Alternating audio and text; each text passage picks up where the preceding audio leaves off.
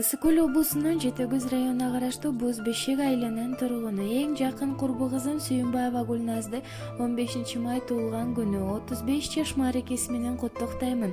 Адамга өмүр кымбат, сыры терең, өмүрдүн ар бир сааты кымбат белең.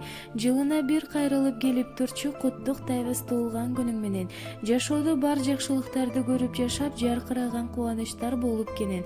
Ак жолуң узак, кубанычтарың кучак, ден соолугуң бекем, өзүң аман эсен болуп бактылуу болушуңду тилеймин деп курбу кызы Айжан коттоктойт.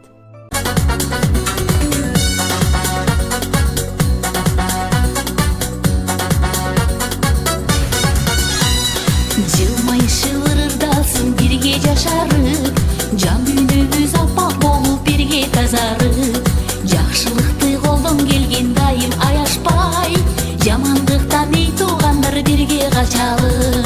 Бир бололу биз бар жерде ырга толсун, жакшылыкта ырыскыбыз бир болсун.